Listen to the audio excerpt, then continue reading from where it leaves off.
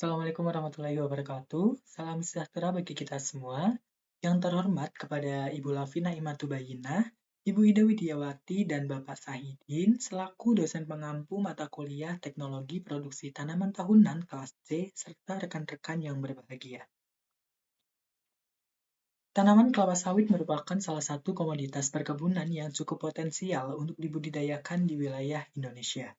Menurut data USDA atau United States Department Agriculture, Indonesia menjadi negara penghasil minyak sawit terbesar di dunia dengan produksi CPO atau crude palm oil mencapai 45,5 juta metrik ton pada periode 2022-2023. Lantas, bagaimanakah sistem budidaya tanaman kelapa sawit yang baik dan benar agar menghasilkan produktivitas yang optimal sekaligus mempertahankan kedudukan Indonesia sebagai negara penghasil minyak kelapa sawit terbesar di dunia?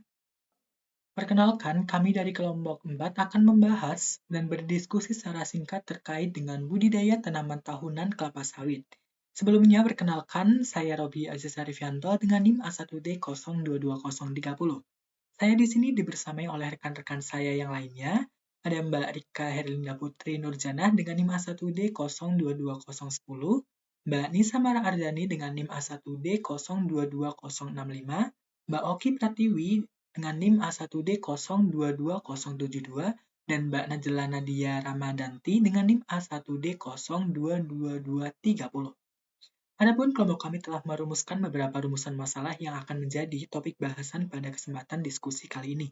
Diharapkan teman-teman dapat menerima output berupa dapat mengetahui peran dan klasifikasi botani dan syarat tumbuh tanaman kelapa sawit, mengetahui karakteristik wilayah tempat budidaya tanaman kelapa sawit, mengetahui teknik budidaya tanaman kelapa sawit yang diterapkan di wilayah tersebut, mengetahui permasalahan yang dihadapi dalam sistem budidaya tanaman kelapa sawit, dan dapat memecahkan masalah atau memberikan solusi atas permasalahan yang ada. Oke, sebelum kita membahas lanjut terkait dengan sistem budidaya tanaman kelapa sawit, kami akan membacakan biografi narasumber dan profil perusahaan dari narasumber yang membantu kami dalam menyusun makalah ini. Beliau bernama Bapak Giri Suparno. Bapak Giri Suparno merupakan pengelola perkebunan kelapa sawit Teladan Prima Agro atau TPA di Kalimantan Timur. Beliau menjabat sebagai General Manager Area 3 dan mengelola area lahan seluas 19.000 hektar dengan jumlah karyawan mencapai 2.200 dan 75 staf. PT Teladan Prima Agro Tbk merupakan perusahaan agribisnis yang berfokus kepada pengelolaan perkebunan dan pabrik kelapa sawit yang berkelanjutan, serta energi terbarukan. Oke, selanjutnya kita akan memasuki pemaparan materi yang akan disampaikan oleh rekan-rekan yang bertugas. Pada yang bertugas, dipersilahkan. Kali ini kita akan membahas tentang tanaman tahunan, salah satunya yaitu kelapa sawit. Sebelum membahas tentang kelapa sawit lebih lanjut, kita harus tahu apa itu kelapa sawit. Kelapa sawit merupakan salah satu sektor perkebunan besar yang memiliki peran strategis dalam pembangunan ekonomi Indonesia. Hal ini dikarenakan dari berbagai tanaman yang menghasilkan minyak atau lemak, kelapa sawit merupakan tanaman yang memberikan nilai ekonomi yang paling tinggi per hektarnya di seluruh dunia. Indonesia merupakan produsen terbesar minyak kelapa sawit di dunia, diikuti oleh negara Malaysia, Thailand, Nigeria, Kolombia, dan beberapa negara lainnya. Sebagai penghasil kelapa sawit di dunia, industri kelapa sawit telah menyediakan lapangan pekerjaan sebesar 16 juta tenaga kerja, baik secara langsung maupun tidak langsung. Kelapa sawit memiliki sebaran yang luas di seluruh Indonesia, yang banyak ditemukan di Kalimantan termasuk Kalimantan Timur. Di Kalimantan Timur memiliki kontribusi yang besar dalam produksi kelapa sawit di Indonesia, karena kondisi iklim dan tanah yang cocok untuk pertumbuhan kelapa sawit di wilayah tersebut. Pada Kalimantan Timur terdapat banyak sekali perusahaan kelapa sawit, salah satunya yaitu PT Teladan Prima Agro Tbk. Poin yang pertama itu ada peran klasifikasi botani dan syarat tumbuh. Yang pertama ada peran dari kelapa sawit. Kelapa sawit memiliki beberapa peran penting seperti sumber utama minyak nabati, pendapatan ekonomi, dan penggunaan lahan. Peran yang pertama yaitu sebagai sumber utama minyak nabati. Produksi minyak nabati dari kelapa sawit jauh lebih tinggi dibandingkan dengan kelapa biasa. Kelapa sawit dapat menghasilkan 2.000 sampai 3.000 kg per hektar. Sedangkan kelapa biasa hanya dapat menghasilkan 700 sampai 1.000 kg per hektar. Oleh karena itu, kelapa sawit sebagai salah satu tanaman palma yang sangat produktif dalam menghasilkan minyak nabati. Peran yang kedua yaitu pendapatan ekonomi. Pendapatan ekonomi yang diperoleh dari industri kelapa sawit mempunyai dampak yang signifikan terhadap perekonomian negara-negara berkembang seperti Indonesia. Mayoritas dari produksi minyak kelapa sawit di Indonesia digunakan sebagai komoditas ekspor. Pada tahun 2014, Indonesia menghasilkan total 31,5 juta ton minyak kelapa sawit, dengan sekitar 21,5 juta ton diekspor ke luar negeri. Peran yang ketiga yaitu penggunaan lahan. Salah satu alasan terpenting keberhasilan kelapa sawit adalah kemampuan untuk tumbuh dengan subur di berbagai lingkungan, dari tanah liat berpasir hingga tanah gambut. Sawit dapat tumbuh dan diproduksi dengan efisien. Yang selanjutnya ada klasifikasi dari tanaman kelapa sawit. Yang pertama, Kingdom Plantae, divisi Embryophyta Siponagama, kelas Angiospermae, ordo Monocotyledone, famili Arecaceae yang dahulu disebut dengan Palmae, subfamili Cocoideae, genus Elais, spesies Elais guinensis Jack. Lalu terdapat 3 syarat tumbuh dari kelapa sawit.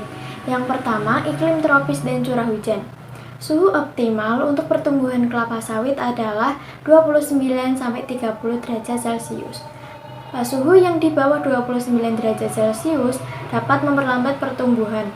Curah hujan ideal berkisar 2.000-2.500 mm per tahun, dan apabila kekurangan atau kelebihan curah hujan dapat menghambat pertumbuhan.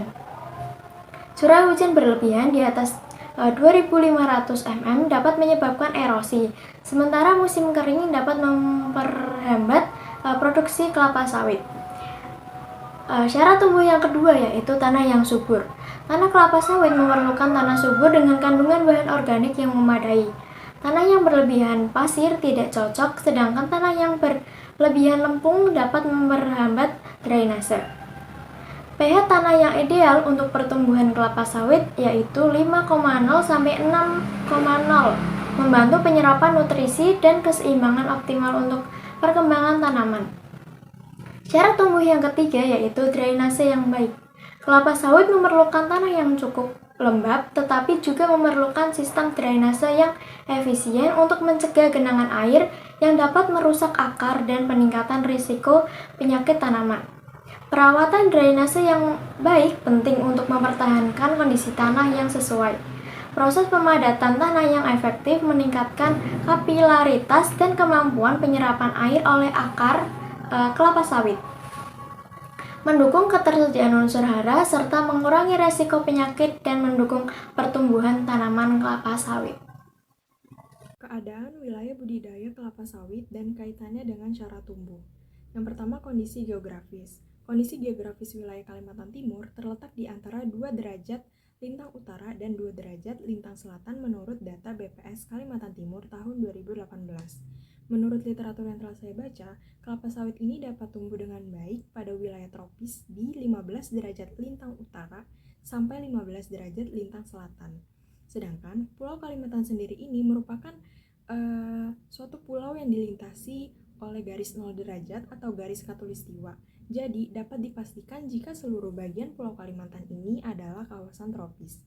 Kemudian yang kedua ada ketinggian wilayah. Ketinggian wilayah khususnya di Kabupaten Kutai Timur yaitu 6-15 mdpl. Sedangkan kelapa sawit dapat tumbuh dengan baik pada ketinggian 0-400 mdpl. Ketinggian daratan ini berkaitan erat dengan tinggi rendahnya suhu. Suhu udara yang rendah pada beberapa bulan akan menghambat penyerbukan bunga sehingga pembentukan buah akan terganggu. Kemudian yang ketiga ada suhu udara dan curah hujan.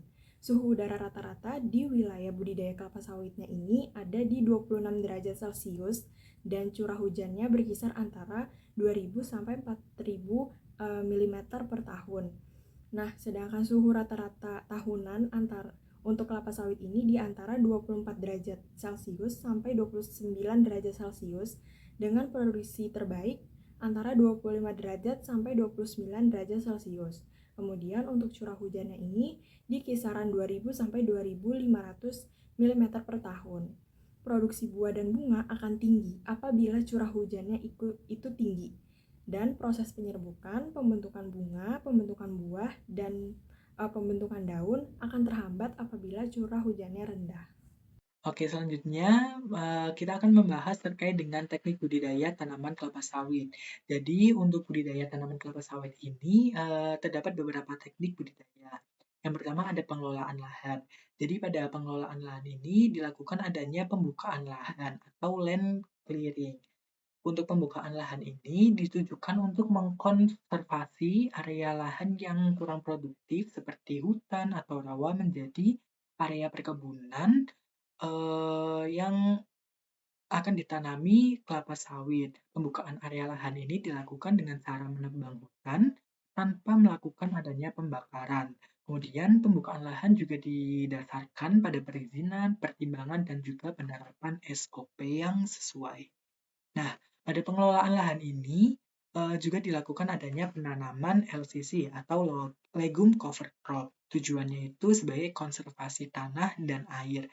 Selain itu, penanaman Legume Cover Crop ini ditujukan untuk menjaga kelembapan tanah, menambah biomasa tanah, meningkatkan kesuburan tanah, dan juga untuk melakukan fiksasi nitrogen dari udara sehingga unsur hara nitrogen dalam tanah ini menjadi tersedia untuk tanaman.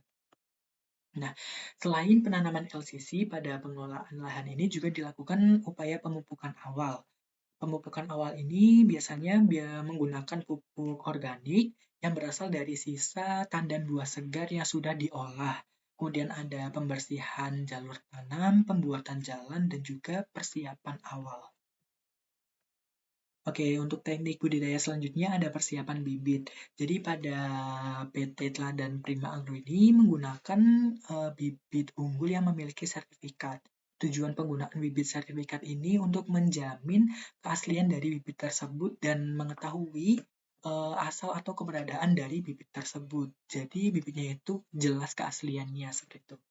Nah, penggunaan bibitnya itu yaitu menggunakan bibit hibrida varietas Tenera. Jadi varietas Tenera ini merupakan varietas hasil persilangan antara tertua, varietas Piscifera, dan juga varietas Dura. Jadi varietas Tenera ini memiliki keunggulan dibandingkan dengan varietas tertuanya. Keunggulannya itu yaitu memiliki ketebalan cangkang yang sedang, memiliki ukuran buah yang relatif besar, dan juga memiliki inti buah yang lebih besar daripada varietas tertuanya. Kemudian pada persiapan bibit ini juga dilakukan adanya pemilihan bibit unggul. Untuk kriteria bibit unggul itu mempunyai performa bibit yang sesuai umur, artinya contohnya itu kayak tinggi tanaman pada umur sekian itu harus misalkan 1 meter gitu. Jadi performanya itu harus sesuai dengan umurnya. Seperti itu. Kemudian selain itu bibit yang digunakan juga harus bebas dari hama. Kemudian untuk benih unggul itu menggunakan ada beberapa kriteria seperti ukuran bonggolnya besar, bebas dari OPT, bobot bijinya itu sekitar 0,8 gram dan berwarna putih agak kuning dan tidak lunak. Kemudian ada penanaman. Jadi untuk penanaman sendiri itu masih ada sangkutannya dengan persiapan bibit. Untuk penanaman ini dibedakan menjadi 3 golongan. Ada pre-nursery, ada mid-nursery, dan juga bibit siap tanam. Untuk pre-nursery itu merupakan penanaman yang dilakukan pada bibit tanaman kelapa sawit yang umurnya itu berkisar antara 1 sampai 3 bulan. Untuk penanaman pre-nursery itu dilakukan pada polybag dengan ukuran 14 kali 22 cm dengan penambahan nitrogen atau kalium. Kemudian bahan organik yang digunakan pada pre-nursery itu cukup rendah, jadi tidak terlalu banyak. Kemudian ada nursery. Jadi untuk nursery itu merupakan proses penanaman yang dilakukan pada bibit berusia 9 sampai 12 bulan. Untuk nursery sendiri dilakukan penanaman pada polybag dengan ukuran polybag kurang lebih 40 sampai 50 cm dengan penetralan asap. Kemudian ada bibit siap tanam. Jadi bibit siap tanam itu merupakan bibit yang siap untuk ditanam pada kondisi area lahan sebenar atau area pembesaran tanaman kelapa sawit. Untuk tanaman yang digunakan itu berusia lebih dari 12 bulan. Kemudian dilakukan seleksi. Tujuan melakukan seleksi itu untuk mendapatkan bibit yang unggul, terbebas dari hama atau penyakit sehingga pertumbuhan dan perkembangan tanaman kelapa sawit ini menjadi seragam dan serempak. Kemudian untuk penanaman tanaman kelapa sawit pada lahan sebenar itu menerapkan jarak tanam 9 kali 9 kali 9 meter persegi. Kemudian untuk teknik budidaya selanjutnya ada pemeliharaan tanaman. Jadi pada pemeliharaan tanaman ini dilakukan adanya upaya pemangkasan legum cover crop. Tujuan dari pemangkasan legum cover crop ini bertujuan agar seimbang dan tidak terjadi persaingan atau perebutan unsur hara sehingga dapat mempengaruhi pertumbuhan tanaman. Jadi legum cover crop ini kan pertumbuhannya sangat cepat. Untuk menghindari terjadinya persaingan, maka dilakukan adanya pengendalian berupa pemangkasan. Pemangkasan LCC ini biasanya dilakukan dengan membuat piringan. Jadi piringan itu dibuat dengan cara memotong legum cover crop pada area atau sekitar tanaman kelapa sawit. Biasanya itu dilakukan selebar tajuk daun. Kemudian tujuan dari pembuatan piringan itu untuk memudahkan adanya pemupukan. Jadi pemupukan ini kan dilakukan pada sekitar area tanaman, dilakukan dengan cara dipendam. Nah, dipendamnya ini pada di ujung atau di sekitar area piringan tanaman kelapa sawit. Selain itu, dilakukan adanya upaya pemeliharaan berupa pembuatan aerasi dan drainase, kemudian ada perbaikan lingkungan yang rusak, dan pemanfaatan limbah pabrik kelapa sawit. Tadi juga sempat disinggung ya bahwa limbah pabrik tanaman kelapa sawit berupa limbah dari tandan buah segarnya ini dapat dimanfaatkan sebagai pupuk atau kompos organik alami. Biasanya petani ini akan meletakkan begitu saja biar terdekomposisi dengan sendirinya atau secara alami di sekitar area tanaman kelapa sawit. Kemudian ada proses panen atau potong buah. Jadi tanaman kelapa sawit ini dapat menghasilkan tandan buah segar setelah berusia 30 bulan atau sekitar 2,5 tahun. Untuk siklus hidup tanaman kelapa sawit ini memiliki masa produktif 25-30 tahun. Nah, kemudian masa panennya itu dapat dilakukan 7 hari sekali. Sekedar informasi bahwa di perkebunan tanaman kelapa sawit yang menjadi objek wawancara kami ini dapat menghasilkan sekitar 1.000 sampai 1.500 ton per harinya. Nah, pada luasan wilayah perkebunan 7.000 sampai 10.000 hektar tanaman kelapa sawit itu terdapat satu pabrik pengelolaan tandan buah segar. Jadi di pabrik itu, tanaman kelapa sawit akan langsung diolah menjadi produk setengah jadi. Untuk kapasitas produksi dari pabriknya sendiri itu dapat mencapai 60 ton per jamnya. Jadi berdasarkan narasumber yang telah kami wawancarai itu, pabriknya itu tidak berhenti beroperasi, jadi akan beroperasi selama full 24 jam seperti itu. Kemudian ada tahap replanting. Jadi tahap replanting ini merupakan proses permajaan sehingga akan terwujud sistem budidaya berkelanjutan. Jadi replanting ini bertujuan agar produktivitas tanaman kelapa sawit ini akan tetap berjalan seperti itu. Jadi tidak akan berhenti dan akan berkelanjutan. Untuk replanting sendiri dilakukan 4 tahun sekali. Jadi setiap 10.000 tanaman akan dilakukan replanting seperempat bagiannya dengan penanaman bibit baru. Jadi sebelum replanting ini kan ada yang namanya tahap penyiapan bibit. Jadi setiap wilayah atau setiap wilayah dengan jumlah 10.000 tanaman ini, seperempat bagiannya itu akan dilakukan replanting atau permajaan, kemudian akan ditanam bibit baru. Kemudian untuk 4 tahun berikutnya, seperempat bagian yang lainnya akan dilakukan peremajaan. Nah, polanya itu akan terus seperti itu, jadi akan tercipta sistem budidaya yang berkelanjutan. Oke, mungkin untuk teknik budidaya cukup sekian, dapat dilanjutkan ke pembahasan selanjutnya. Untuk pembahasan dari bab selanjutnya yaitu ada permasalahan dari budidaya tanaman sawit. Permasalahan yang pertama itu kondisi lahan pertanaman marginal, miskin hara sehingga berpotensi berproduksi rendah. Adanya pertumbuhan gulma dan LCC atau legume cover crop. Manajemen pemupukan harus menyesuaikan kondisi dan kebutuhan tanaman budidaya. Dan yang paling merugikan yaitu adanya serangan hama dan penyakit. Adanya serangan dari hama ini merupakan kendala terbesar dalam budidaya sawit karena hama akan menyebabkan kerusakan pada akar, batang, daun, ataupun bagian tanaman yang lainnya sehingga mengakibatkan adanya gangguan pada proses pertumbuhan. Untuk hama yang sering menyerang pada tanaman sawit ini sendiri yaitu ada ulat api, ulat kantong, kumbang tanduk, tikus, dan tanaman hutan seperti beruang dan serta babi hutan.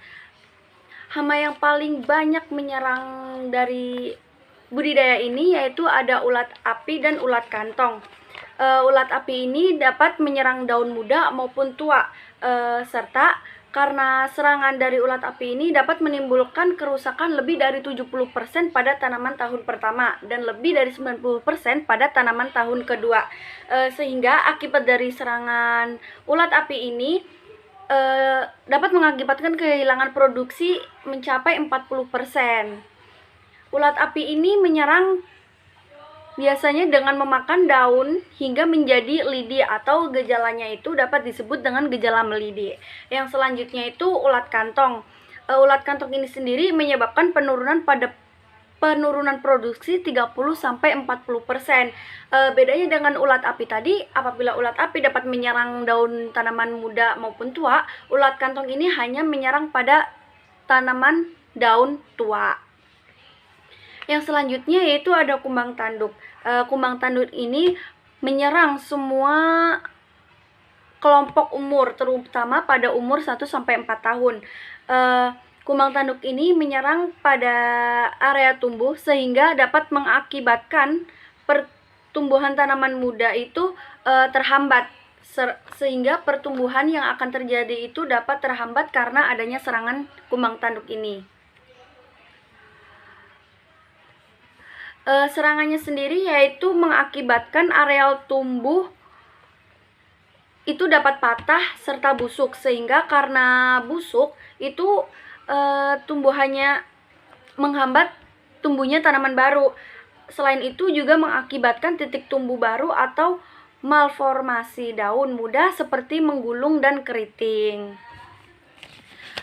Selanjutnya itu ada serangan dari tikus, di mana tikus ini juga merupakan salah satu hama yang sangat merugikan bagi pembudidayaan tanaman sawit. Tikus ini akan akan memakan batang tanaman ketika tanaman itu masih muda. Nah, ketika tanaman itu tua, dia akan memakan biji yang masih muda. Tikus dapat menyerang pada tanaman belum menghasilkan, yaitu dengan memakan pangkal pelepah hingga batang muda sampai patah. Pada tanaman menghasilkan, tikus akan memakan buah matang ataupun mentah, sehingga karena tikus ini memakan buah dari kelapa sawit tersebut dapat mengakibatkan kehilangan hasil produksi. Dan yang selanjutnya yaitu serangan dari babi hutan. Babi hutan ini menyerang ketika tanaman muda dengan memakan umbut ataupun bonggol, karena bonggol dari kelapa sawit ini memiliki rasa manis, sehingga babi hutan sering memakan bonggol tersebut. Yang terakhir yaitu serangan dari beruang. Jika babi hutan itu memakan umbut atau bonggol karena rasanya manis, beruang ini akan memakan pucuk tanaman sawit untuk dimakannya. Nah, selain dari serangan tersebut juga pengelolaan limbah dari budidaya tanaman sawit itu sendiri kurang maksimal, sehingga beberapa bagiannya itu kadang tidak terolah secara efektif. Dan yang terakhir itu ada penerapan sistem pertanian berkelanjutan. Poin selanjutnya adalah pemecahan masalah atas permasalahan budidaya. Permasalahan dalam budidaya kelapa sawit pastinya menjadi kendala dalam peningkatan produktivitas hasil panen. Tetapi kendala tersebut dapat diatasi dengan ilmu perlindungan tanaman, agronomi maupun pemulihan tanaman. Pemecahan masalah tersebut meliputi pengolahan lahan, manajemen pemupukan, pertumbuhan gulma dan LCC, pengolahan limbah kelapa sawit, pengendalian hama, serta penerapan sistem pertanian berkelanjutan. Masalah yang pertama adalah mengenai pengolahan lahan. Pengolahan lahan dapat dilakukan yang meliputi melakukan survei area dan membuat blok desain sistem penanam, pembukaan lahan yang meliputi tebang atau tumbang, membuat pancang jalur tanam, pemupukan, pembersihan jalur tanam, kemudian penanaman leguminose, pembuatan jalan, konservasi tanah dan air untuk mengurangi cekaman kekeringan dan genangan. Yang kedua adalah mengenai manajemen pemupukan. Pemupukan dilakukan dengan menerapkan prinsip 4T, yaitu tepat waktu, tepat dosis, tepat cara, dan tepat jenis. Kebutuhan pemupukan setiap fase pertumbuhan berbeda. Selanjutnya adalah pertumbuhan gulma dan LCC. Pertumbuhan tanaman LCC perlu mendapatkan perhatian khusus. LCC mampu tumbuh dan berkembang baik dengan cepat pada kondisi yang optimal. Pembersihan gulma dan LCC ini dilakukan setiap 2 minggu sekali. Pemecahan selanjutnya adalah pengolahan limbah sawit. Limbah sawit dapat dimanfaatkan sebagai sumber karbon netral seperti biogas, bahan bakar, pakan ternak, serta pupuk alami.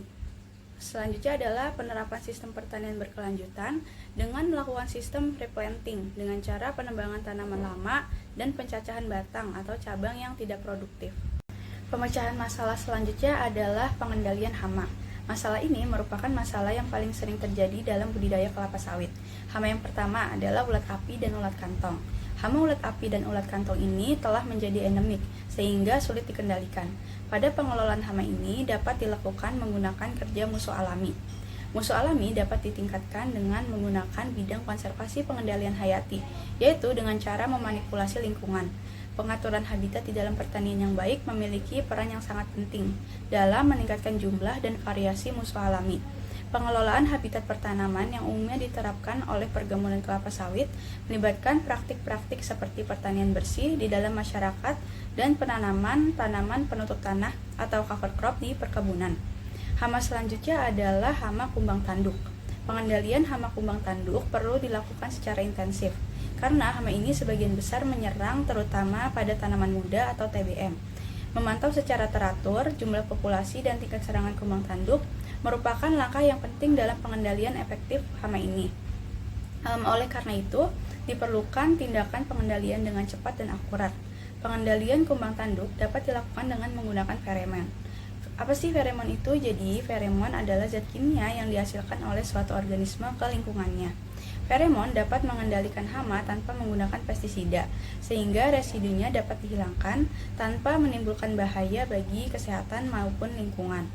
Penurunan serangan hama dapat mencapai 95% dengan menggunakan feromon ini. Hama selanjutnya adalah hama tikus. Jadi, dalam budidaya kelapa sawit, pengendaliannya itu dengan menggunakan burung hantu. Dengan menggunakan burung hantu dalam pengendaliannya akan lebih aman jika dibandingkan dengan ular yang dapat membahayakan keselamatan tenaga kerja. Pengendalian menggunakan burung hantu ini dengan menggunakan gupon pada lahan budidaya. Metode ini melibatkan penyediaan sarang buatan atau tempat tinggal bagi burung hantu di sekitar kebun kelapa sawit. Gupon diisi dengan makanan tikus seperti bebijian ataupun bebuahan yang busuk sebagai umpan, sehingga burung hantu akan bersembunyi di dalam gupon tersebut dan memantau pergerakan tikus. Hama yang keempat yaitu beruang. Beruang merupakan satwa liar yang dapat mengganggu perkebunan kelapa sawit. Beruang termasuk ke dalam satwa liar yang dilindungi dan keberadaannya sudah terancam punah. Karenanya, pengendalian beruang tidak menggunakan alternatif yang dapat berakibat kepunahan pada beruang tersebut.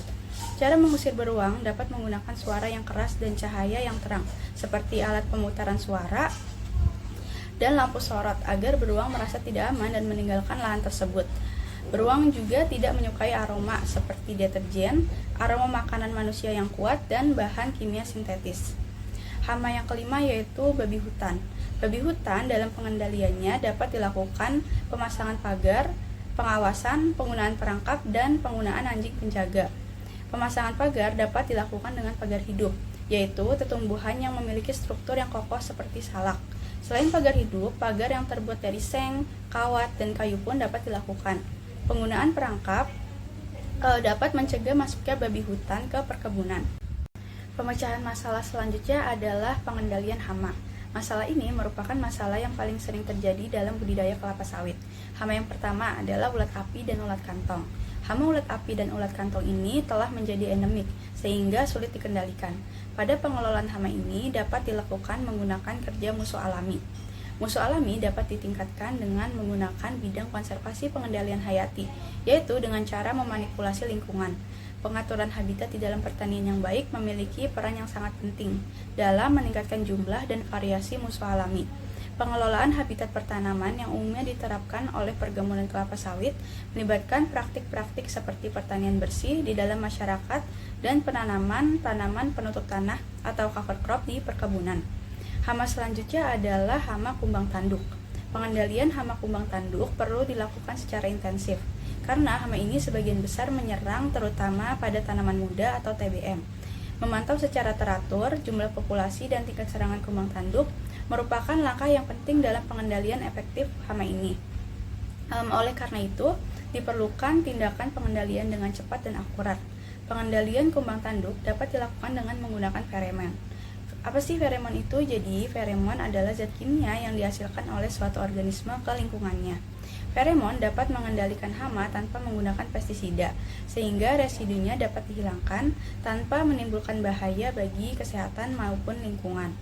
Penurunan serangan hama dapat mencapai 95% dengan menggunakan feromon ini. Hama selanjutnya adalah hama tikus. Jadi, dalam budidaya kelapa sawit, pengendaliannya itu dengan menggunakan burung hantu. Dengan menggunakan burung hantu dalam pengendaliannya akan lebih aman jika dibandingkan dengan ular yang dapat membahayakan keselamatan tenaga kerja. Pengendalian menggunakan burung hantu ini dengan menggunakan gupon pada lahan budidaya. Metode ini melibatkan penyediaan sarang buatan atau tempat tinggal bagi burung hantu di sekitar kebun kelapa sawit. Gupon diisi dengan makanan tikus seperti bebijian ataupun bebuahan yang busuk sebagai umpan, sehingga burung hantu akan bersembunyi di dalam gupon tersebut dan memantau pergerakan tikus. Hama yang keempat yaitu beruang. Beruang merupakan satwa liar yang dapat mengganggu perkebunan kelapa sawit. Beruang termasuk ke dalam satwa liar yang dilindungi dan keberadaannya sudah terancam punah. Karenanya, pengendalian beruang tidak menggunakan alternatif yang dapat berakibat kepunahan pada beruang tersebut. Cara mengusir beruang dapat menggunakan suara yang keras dan cahaya yang terang, seperti alat pemutaran suara dan lampu sorot, agar beruang merasa tidak aman dan meninggalkan lahan tersebut. Beruang juga tidak menyukai aroma seperti deterjen, aroma makanan manusia yang kuat, dan bahan kimia sintetis. Hama yang kelima yaitu babi hutan. Babi hutan dalam pengendaliannya dapat dilakukan pemasangan pagar, pengawasan, penggunaan perangkap, dan penggunaan anjing penjaga. Pemasangan pagar dapat dilakukan dengan pagar hidup, yaitu tumbuhan yang memiliki struktur yang kokoh seperti salak. Selain pagar hidup, pagar yang terbuat dari seng, kawat, dan kayu pun dapat dilakukan. Penggunaan perangkap dapat mencegah masuknya babi hutan ke perkebunan. Oke, baiklah. Mungkin itu saja pembahasan yang dapat kelompok kami sampaikan. Dari pembahasan yang telah disampaikan dapat disimpulkan bahwa kelapa sawit menjadi komoditas perkebunan penting sebagai penyumbang devisa negara. Tanaman ini dimanfaatkan sebagian daging buahnya atau bijinya sebagai sumber minyak. Untuk syarat tumbuh tanaman kelapa sawit itu dapat dilihat dari curah hujan, suhu, lama penyinaran, tanah, dan topografi wilayah. Untuk teknik budidaya yang dapat diterapkan dalam budidaya tanaman kelapa sawit berupa pengolahan lahan, persiapan bibit, penanaman, teknik pemeliharaan, panen atau potong buah, dan juga replanting. Untuk permasalahan yang sering ditemukan dalam sistem budidaya tanaman kelapa sawit adalah serangan organisme pengganggu tanaman yang dapat menyebabkan kerusakan dan kerugian yang besar. Nah, untuk solusi yang dapat diterapkan atau dilakukan dari permasalahan yang ada, dapat menerapkan sistem pengendalian hama terpadu, seperti penggunaan agen hayati, perbaikan sistem tanam, dan upaya pemulihan tanaman. Oke, mungkin itu saja yang dapat kami sampaikan. Kurang lebihnya mohon maaf. Semoga apa yang kami sampaikan dapat bermanfaat dan menambah wawasan bagi kita semua. Untuk referensi dari buku atau jurnal yang kami baca dapat diakses melalui QR yang ada di gambar nggih. Semoga bermanfaat. Lihatlah apa yang disampaikan dan jangan melihat siapa yang menyampaikan. Kami pamit undur diri. Sekian, terima kasih. Wassalamualaikum warahmatullahi wabarakatuh.